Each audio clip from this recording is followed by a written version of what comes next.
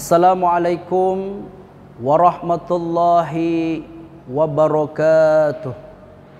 Alhamdulillahi rabbil alamin, arsala rasulahu bil huda wa dinil haq liyuzhirahu 'ala dinil kulli walau karihal kafirun walau karihal musyrikun walau karihal munafikun.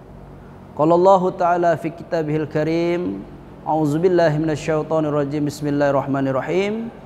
Ya ayyuhalladzina amanu kutiba alaikumus shiyam kama kutiba alal ladzina min qablikum la'allakum tattaqun. Shadaqallahul azim wa sadaqallahu fi kitabihil karim, amma ba'du. Baiklah hadirin dimanapun berada, bersyukur kepada Allah Subhanahu wa ta'ala, di bulan Ramadan ini kita masih bisa melaksanakan puasa bersama keluarga kita, bersama saudara-saudara kita, bersama lingkungan keluarga kita. Ini satu hal yang harus kita syukuri pada Allah Subhanahu wa ta'ala. Bersalawat kepada Nabi Muhammad sallallahu alaihi wasallam dengan melafazkan Allahumma shalli ala sayyidina Muhammad wa ala ali Muhammad. Hadirin yang berbahagia, tema pada sore hari ini adalah sebaik-baik kalian adalah yang belajar Al-Quran.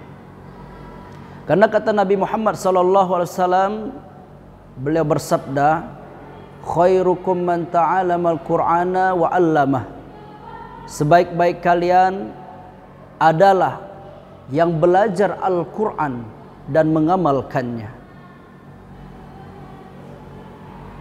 Maka dari itu, mari kita ajarkan ayat-ayat Al-Quran.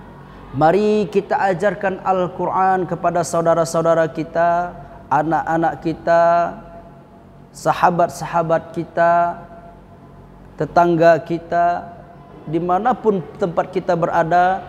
Mari kita tingkatkan untuk mengamalkan Al-Quran atau mengajarkan Al-Quran, supaya kita termasuk golongan sebaik-baik manusia. Kenapa demikian?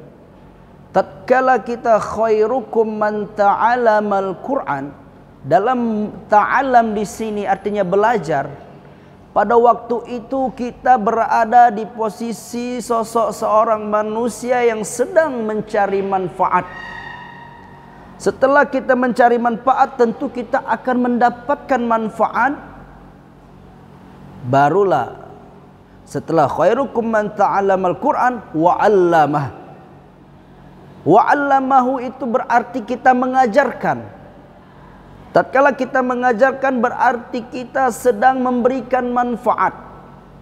Tatkala kita sudah memberikan manfaat, tentu kita termasuk dari golongan-golongan khairun nas anfa'uhum linnas. Sebaik-baik manusia adalah yang bermanfaat untuk orang lain. Lantas tujuan hidup ini apa? Kalau bukan berupaya kita untuk menjadi anfa'uhum linnas, bermanfaat untuk orang lain, berarti kita termasuk golongan-golongan hamba-hamba Allah yang mana akan berusaha untuk meningkatkan ketakwaan kepada Allah dengan cara mengajarkan ilmu-ilmu Allah, termasuk kita golongan orang-orang yang bertakwa. Karena menuntut ilmu itu adalah suatu kewajiban bagi kita, orang-orang Muslim, orang-orang Islam, orang-orang yang beriman kepada Allah. Bagaimana kita akan menyampaikan manfaat? Bagaimana kita akan mengamalkan ilmu, sedangkan kita tidak mau belajar? Apalagi Ramadan ini syahrul Quran, yang mana di dalamnya diturunkan Al-Quran. Maka dari itu perbanyaklah baca ayat-ayat Al-Quran. Subhanallah, bayangkan kalau di rumah-rumah kita hiasi dengan bacaan-bacaan Al-Quran. Di ruang-ruang kerja kita hiasi dengan bacaan-bacaan Al-Quran. Di tempat kita duduk, nongkrong, bagaimana seandainya itu kita hiasi dengan bacaan-bacaan Al-Quran. Sungguh indah. Jangan pernah malu kita membaca Al-Quran dimanapun berada. Toh orang artis nyanyi saja di kalangan umum, di tempat yang terbuka, mereka berani bernyanyi. Kenapa kita tidak mau melantunkan ayat-ayat Al-Quran dimanapun kita berada. Di masjid kita tadarusan, di rumah kita tadarusan, tilawatil Quran, di dalam ruang-ruang kerja kita tadarusan, baca Al-Quran. Karena belum tentu saudara-saudaraku, di bulan ini kita puasa, di bulan ini kita bisa baca Al-Quran, tapi belum tentu tahun depan kita masih bisa melaksanakan, yaitu puasa dan membaca Quran di bulan Ramadan. Kemudian haruskah kita tatkala membaca Al-Quran di bulan Ramadan saja? Tidak. Justru selama kita digembleng ataupun ditarbiyah, dididik oleh diri kita sendiri membaca Al-Quran, harapannya setelah Ramadan kita terus tetap membaca Al-Quran. Bukan berarti membaca Quran hanya setahun sekali di bulan Ramadan, terus berkelanjutan. Setelah Ramadan kita membiasakan baca Quran, harapannya setelah Ramadan kita tetap belajar Quran dan membaca Al-Quran.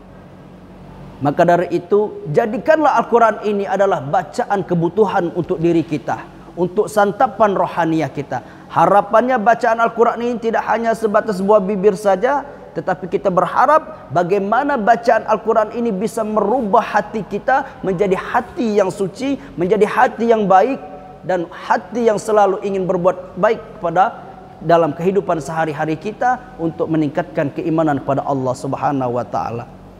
Hadirin yang berbahagia, mungkin cukup sekian saja kultum yang dapat disampaikan. Pada kesimpulannya, mari kita tingkatkan kualitas bacaan Quran, semangat juang dalam membaca Al-Quran. Kalau bisa berupaya satu Ramadan ini perbanyaklah membaca Al-Quran, tapi semata-mata hanya untuk mengharapkan ridha Allah Subhanahu wa taala dalam membaca Al-Quran. Sekian dan terima kasih. Wassalamualaikum warahmatullahi wabarakatuh.